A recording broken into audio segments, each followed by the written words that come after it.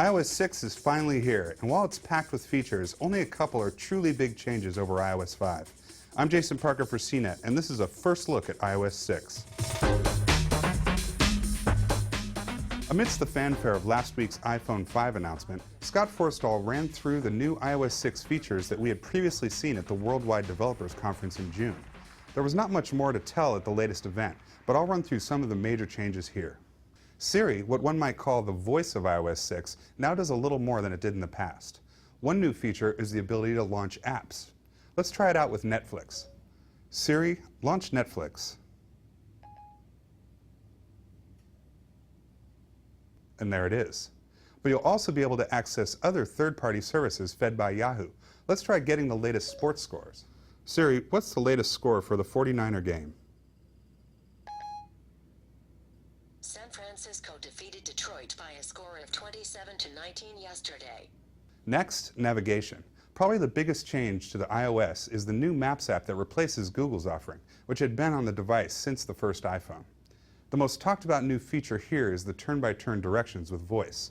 Starting route to Pier 41. Head southwest on Howard Street.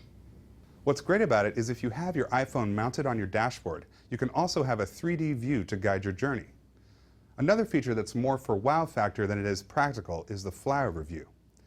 On the iPhone 4S, you get a high frame rate as you swipe to view the map and even rotate with a two-finger twist. No doubt it is gorgeous, but the question is, besides showing off your iPhone, how many practical uses does it really have? And now Facebook integration. Twitter integration was already a part of the operating system in iOS 5, and now you'll have a similar experience with Facebook. From the photo library, I can touch the Share button, choose Facebook from the new sharing layout in iOS 6, optionally add text and a location, and touch the Post button. That's it. Part of the new Twitter and Facebook integration in iOS 6 also means you can post directly from the notification center. Simply swipe down from the top and you'll see new buttons for tweeting or posting to Facebook front and center. Next, shared photo streams. With iOS 6, you can share a stream of photos with friends and family in only a couple of steps. Simply go to the Photos app, hit Edit to select the photos you want to share, then touch the Share button. All you have to do from here is touch Photo Stream, then select who you want to share the photos with. Your recipients will receive an email, then be able to view the photos in the Photos app on iOS 6 or iPhoto on the Mac. Non-Apple device users can look at the photos in a web browser. Another useful new feature is the new phone controls. Now when someone calls you and it's a place you can't answer, you can swipe up for on-screen controls to quickly reply via text or remind yourself to call back later.